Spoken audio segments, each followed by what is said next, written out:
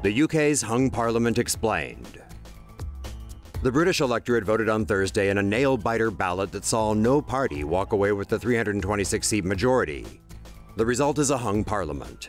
In British elections, an absolute majority occurs when a party wins 326 of the 650 available seats in the House of Commons. If no party acquires 326 seats, a hung parliament is formed. This means that no party has won the majority of seats available. This gives rise to a scenario where the party with the most seats may not be able to pass legislation. In such a scenario, a coalition government may be formed.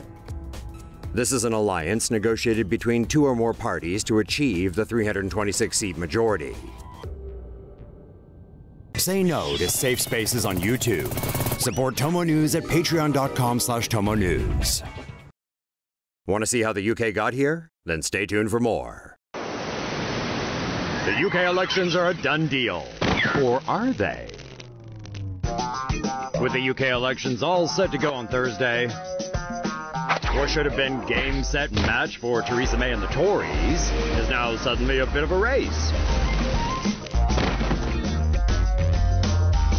Comrade Corbyn may have the best beard in town, but he's still a bit of a long shot. On the issue of security, Britain's Bernie bro won't go nuclear, and that could hurt him. But what Cheza does have going for him is May's own numpkiness. The Tories shot themselves in the foot when they proposed a dementia tax, even more when they axed it. Iron May bit into her own lead some more when she ditched support for a ban on the ivory trade. And then there was that whole fox hunting nonsense, plus her plans to control the internet. With the latest attacks, both candidates are now talking tough on terror. Problem is, Corbyn also votes down terror laws a lot, and May slashed the Bobbies bangers and mash. May still holds the lead, although it's shrinking. But we all know the polls are never wrong, so we might as well call it. Right? The 2017 British general election explained. The UK will hold a surprise election this June. British Prime Minister Theresa May led calls for one earlier this week, and lawmakers voted in favor of the ballot on Wednesday. But why was it unexpected? UK law stipulates that each elected government should hold power for a fixed 5-year term before another election can occur. The current Conservative administration was elected in May 2015, with the next public ballot scheduled for May 2020. For an early election to occur, 2/3 of the 650 UK lawmakers need to vote in favor of it. On Wednesday, 522 voted for it to go ahead. The unelected May took over from ex-PM David Cameron after the public voted for Brexit in a referendum last June. She hopes the election will give her a mandate and nullify post-Brexit vote divisions among the British electorate. But the move could cripple the already unpopular opposition Labour Party, led by Jeremy Corbyn. The parliament consists of 650 seats, of which Conservatives hold 330 and Labour holds 229. Other seats are held by smaller parties. And because of Labour's unpopularity, May and the Conservatives are expected to win even more seats. But hey, the bookies were wrong about Trump and Brexit, and there's every chance they could be wrong about this as well. Britain hits the Brexit button.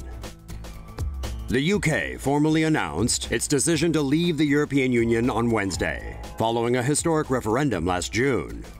After triggering Article 50 of the Treaty on European Union, Britain now has 2 years to negotiate a way out. The 27 remaining EU members will meet to discuss the withdrawal before negotiations begin between Britain and the EU.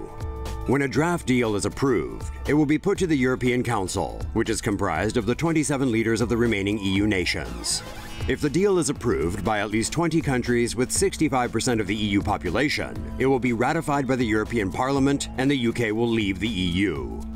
However, if no deal is reached, negotiations could go on longer than the 2-year time limit, but only if all 27 EU member states agree to an extension. The key points of negotiation will center on trade, law, and immigration.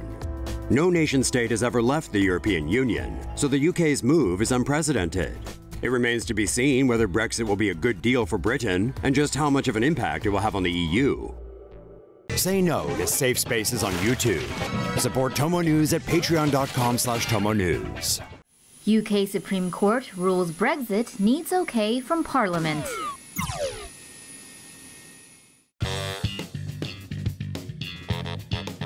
British Prime Minister Theresa May now has another hurdle to clear, after the UK Supreme Court ruled the government cannot initiate Brexit without first getting the approval of Parliament. This threatens to draw out an already messy EU divorce.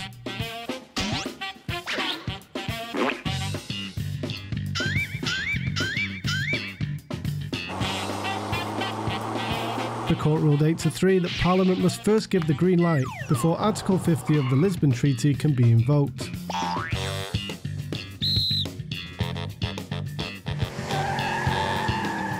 It also ruled that Brexit doesn't need approval from the kids, aka the Scottish, Welsh and Northern Irish Parliaments. May's office is expected to submit a tightly worded bill as early as next week. The bill will then need approval from the House of Commons before it is rubber-stamped by the House of Lords. It's unlikely that Parliament will have the bollocks to block Brexit.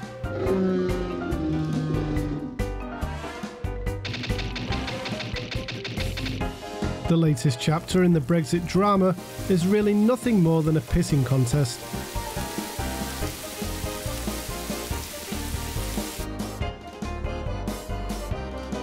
That delays the inevitable. Of far greater concern for Brits is how Brexit-related inflation is set to send the price of beer skyrocketing. Better get down the pub now while you can still afford to.